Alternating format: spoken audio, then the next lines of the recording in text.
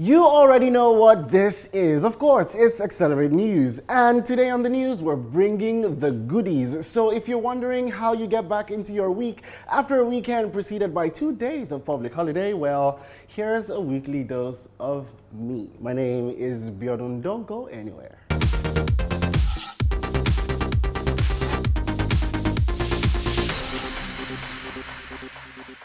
We're kicking off the news today with a shout out to everybody who put Liberia on the prayer list because your prayers got answered. Now, in case you missed it, thousands of Liberians gathered in the capital Monrovia on Friday to protest corruption and creeping dictatorship in the country. Now, the protests were organized by a group called the Council of Patriots, which is a conglomeration of citizens, civil society workers, youth activists, and major political parties. Now, in an effort to quell the protests, access to social media sites were blocked. Now, we're actually quite vocal in Nigeria, but boy, let's just hope all our table shaking antics don't upset our government enough to shut down social media access. I mean, can you imagine what 24 hours without favorite apps, access to all of our favorite apps actually will do? Leave us a comment in the section below and let's know how you're going to get by 24 hours without social media access. Now back to the news. Now, according to NetBlocks, the internet monitoring platform, WhatsApp, Instagram, Snapchat, Facebook, Google's Gmail service, and the website of the Associated Press were among the platforms that the Liberians were caught away from. Now, according to CNN, most journalists and some citizens had to resort to the use of virtual private networks to bypass the restrictions. But Liberia's Minister of Information, Eugene Nwabe, has confirmed that some of the restrictions have been restored. The 2019 Women's World Cup has officially commenced and we're super excited. Now, I mean, we're holding our breaths, but we're still excited. This year's event, taking place in France, marks the 8th edition of the Games. The whole 2019 event will be taking place in France and 9 cities will be hosting the Games, with the final game set to take place in Lyon.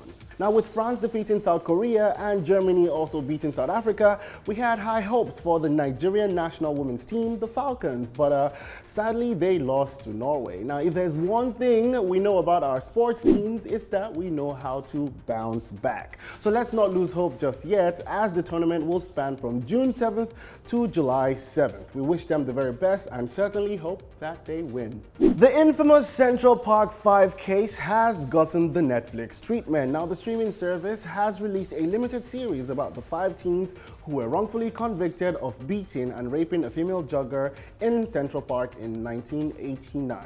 So here's the summary of the gist. On the night of April 19, 1989, Tricia Milley went for a jog in Central Park. Several hours later, the 28-year-old investment banker was found brutally beaten and raped, left to die in a ravine.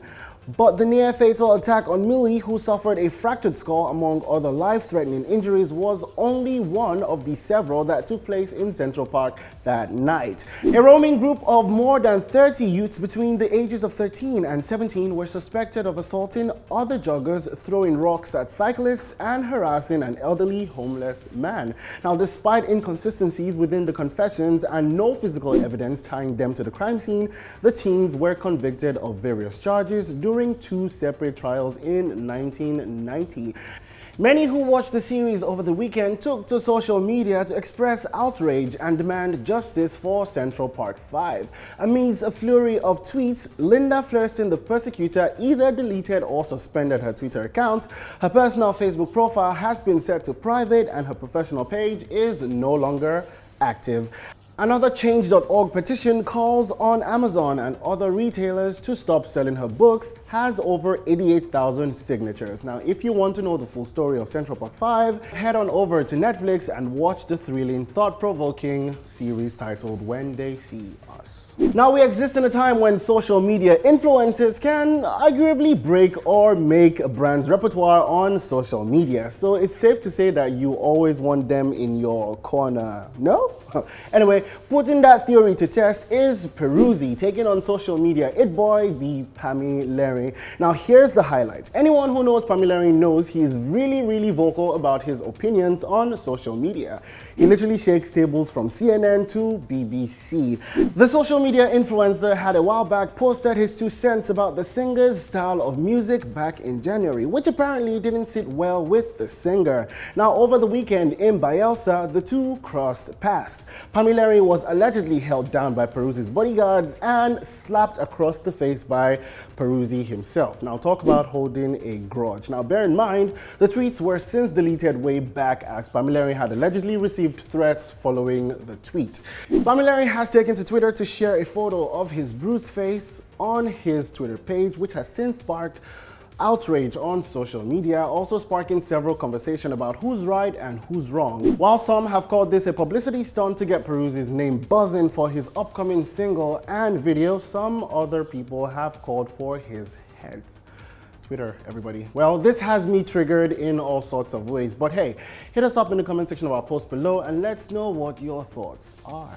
Over the weekend, we were treated to quite the experience itself by Fowls, the bad guy, at his concert, aptly dubbed the Fowls Experience 2. Now, it was super interesting to see Shola Shawale take the stage and give Fowls a stern look as he, he literally offered everybody at the concert more than what we paid for. Now, joining him on stage was JJC Skills Basket Mouth and Ike Osaki Odua, who were about to get their own Magic Mike moments before their wives pull them off the stage in a very funny stint. Well, in case you missed it, head on over to social media to catch all the clips from Fowls Experience 2. That's all we've got for you on today's episode of the news. Now remember, Tamara is still running loose, so make sure you binge watch the latest episodes of The Yellow Wall. Don't forget to also check out all the awesome content stored and waiting for you on our website, and until next time, stay awesome, everybody.